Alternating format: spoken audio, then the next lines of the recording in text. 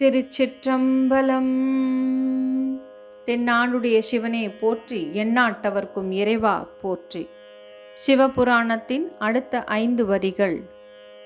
தாய் சிறந்த தயாவான தத்துவனே, மாசற்ற ஜோதி மலர்ந்த மலர்ச்சுடரே, தேசனே தேனார் அமுதே சிவபுராணே, பாசமாம் பற்று அறுத்து பாரிக்கும் ஆரியனே, நேச அருள் புரிந்து நெஞ்சில் வஞ்சம் கெட.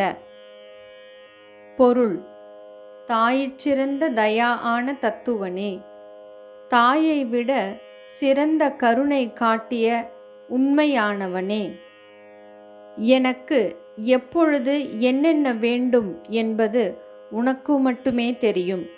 ஒரு தாய்க்கு அவளுடைய குழந்தைகள் மீது ஒரு படி அதிக அன்பு இருக்கும். ஆனால் இறைவனுக்கு நாம் அனைவருமே சமமான பிள்ளைகள்தான். பாரபட்சம் இல்லாத அன்பானவன். அடுத்த வரி: மாசற்ற ஜோதி மலர்ந்த மலர்ச்சுடரே. மாசு இல்லாத ஜோதி போல், புதிதாய் மலர்ந்த மலர் போல் மலரும் வெளிச்சமே, தூய்மையான ஒளியே. அடுத்த வரி: தேசனே தேனார் அமுதே சிவபுராணே. தேசன் என்றால் குருவானவன். குருவாக தோன்றியவனே, தேனை போன்ற அரிய அமுதை போன்றவனே, சிவபுரத்தை உடையவனே.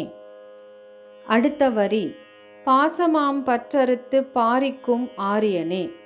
ஆரியன் என்றால் ஆசான், மேலானவன் என்று பொருள். பாசமாகிய தொடர்பை அறுத்து காக்கின்ற ஆசிரியனே, பாசம் என்னும் பற்றில் இருந்து என்னை உன்வசம் நீ எடுத்துச் செல்கிறாய். அடுத்த வரி: நேச அருள் புரிந்து நெஞ்சில் வஞ்சம் கெட.